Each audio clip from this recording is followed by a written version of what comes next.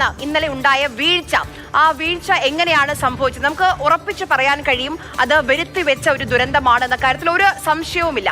നമ്മൾ നേരത്തെ രതീഷ് പറഞ്ഞതുപോലെ ഈ ചിന്നസ്വാമി സ്റ്റേഡിയം അത് ഒരുപക്ഷെ ഒരു RCBയുടെ ഹോം ഗ്രൗണ്ടാണ്, അവരുടെ ഹോം ഗ്രൗണ്ടാണ്. അവിടേക്ക് 18 വർഷം നീണ്ട കാത്തിരിപ്പിന് ശേഷം കപ്പുമായി വിരാട് കോഹ്ലി എത്തുമ്പോൾ കാണാൻ ആളുകൾ ഒഴുകിയെത്തുമെന്ന കാര്യത്തിൽ സംശയമില്ല.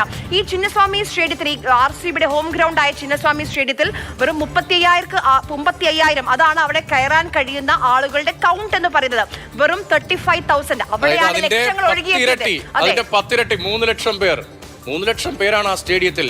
എത്രയെത്ര കളിയാരവങ്ങൾ ഉയർന്ന ചിന്നസ്വാമി സ്റ്റേഡിയമാണ്. നമ്മുടെ എത്രയെത്ര കണ്ണീരും ആഹ്ലാദവും പരന്നതാണ് ക്രിക്കറ്റിന്റെ ചരിത്രത്തിൽ ചിന്നസ്വാമി സ്റ്റേഡിയം. അവിടെ ഉൾക്കൊള്ളുന്നതിന് ഒരു പരിധിയില്ലേ? അതിപ്പോൾ 70,000 എന്നൊക്കെ പറഞ്ഞാൽ ചിലപ്പോൾ നിന്നൊക്കെ ആളുകൾ ഈ ആവേശത്തിൽ കാണാം. ഇത് 35,000 പേർക്ക് സീറ്റുള്ളിടത്ത് 3 ലക്ഷം പേർ.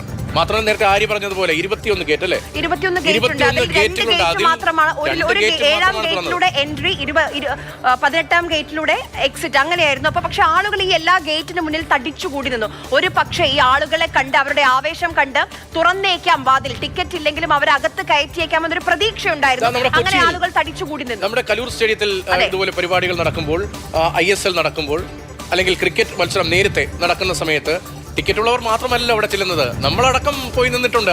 കാരണം എന്താ? കുറച്ച് കഴിഞ്ഞ് കുറെ പേരെയും കൂടി കയറ്റി വിട്ടേക്കാം. അങ്ങനെ കയറ്റി വിടാറൊക്കെ ഉണ്ട്, അങ്ങനെയൊക്കെ ഉണ്ട്. സീറ്റ് കപ്പാസിറ്റിക്ക് അപ്പുറത്താണ് ആളെങ്കിലും വലിയ ആവേശം ഉള്ള കളിയൊക്കെ നടക്കുമ്പോൾ ആളുകളെ അല്പം കൂടിയൊക്കെ പ്രവേശിപ്പിക്കാറുണ്ട്. അങ്ങനെയൊക്കെ സംഭവിക്കാറുണ്ട്. അങ്ങനെ പ്രതീക്ഷയിൽ എത്ര ആരാധകരാണ് ഇതിന് പുറത്തേക്ക് വന്നപ്പോൾ എത്ര പേർ എത്തും എന്ന കാര്യത്തിൽ കാൽക്കുലേഷൻ പിഴച്ചുപോയി.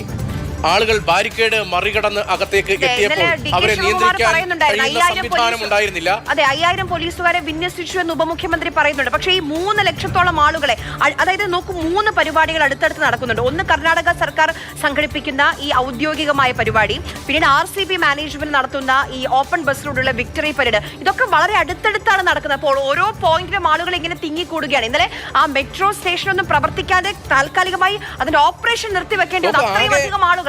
ആകെ 1.5 കിലോമീറ്റർ ദൂരമാണ്. ഇത്രയും ജനങ്ങൾ എത്തിയാൽ 1.5 കിലോമീറ്റർ ദൂരം ഒരു ദൂരമാണോ? അവരെ ഉൾക്കൊള്ളാൻ കഴിയുന്ന സ്ഥലമാണോ? അല്ല, ഒരിക്കലുമല്ല. ചിന്നസ്വാമി സ്റ്റേഡിയത്തിൽ ഇത്രയധികം ആളുകളുണ്ട്, ഈ 1.5 കിലോമീറ്റർ ദൂരത്തിൽ ഇത്രയധികം ആളുകളുണ്ട്. മാത്രമല്ല ഈ വിധാൻസൗധ, കർണാടകത്തിലെ വിധാൻസൗധ അവിടുത്തെ നിയമസഭയാണെന്ന് എല്ലാവർക്കും അറിയായിരിക്കും. ആ നിയമസഭയ്ക്ക് മുൻവശം വളരെ മനോഹരമാണ്.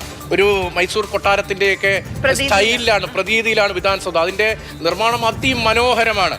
അതിന് നേരെ എതിർവശത്താണ് കർണാടക ഹൈക്കോടതി. കാണുന്നത് പോലെ ആംബുലൻസുകൾക്കൊന്നും അങ്ങോട്ട് എത്താൻ കഴിഞ്ഞില്ല. ഇന്നലെ ശ്രീധരൻ ഇന്നലെ വൈകിട്ട് റിപ്പോർട്ട് ചെയ്യുമ്പോൾ പറയുന്നുണ്ട്, എനിക്ക് കേൾക്കാൻ കഴിയും ആംബുലൻസുകൾ ചീറിപ്പാഞ്ഞു പോകുന്നത്. കാരണം അവിടെ നിന്ന് ആരാധകരാണ്. മറ്റൊരു കാര്യം, പോലീസ് അഡ്വൈസറി കൃത്യമായി ഉണ്ടായിരുന്നു, ഈ തിരക്കുള്ള സ്ഥലത്തേക്ക് കുട്ടികളെ കൊണ്ടുവരരുത്. പക്ഷെ നമ്മൾ ഇന്നലെയുള്ള ദൃശ്യങ്ങളൊക്കെ കാണുമ്പോൾ ഗേറ്റിന് മുന്നിലൊക്കെ എത്ര കുട്ടികളാണ് നിൽക്കുന്നതെന്ന് അറിയും. അപ്പം അങ്ങനെ ഒരു വലിയ ഒരു പ്രശ്നം കൂടിയുണ്ട്.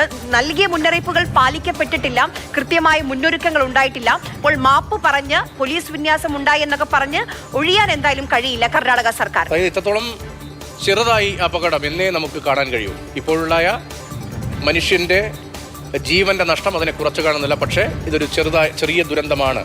അവിടെ സംഭവിക്കാൻ ഇരുന്നത് ഇതിലും വലുതാണ്. എത്രയോ ഇരട്ടി ദുരന്തം ഉണ്ടാകാനുള്ള സാധ്യത ഉണ്ടായിരുന്നു.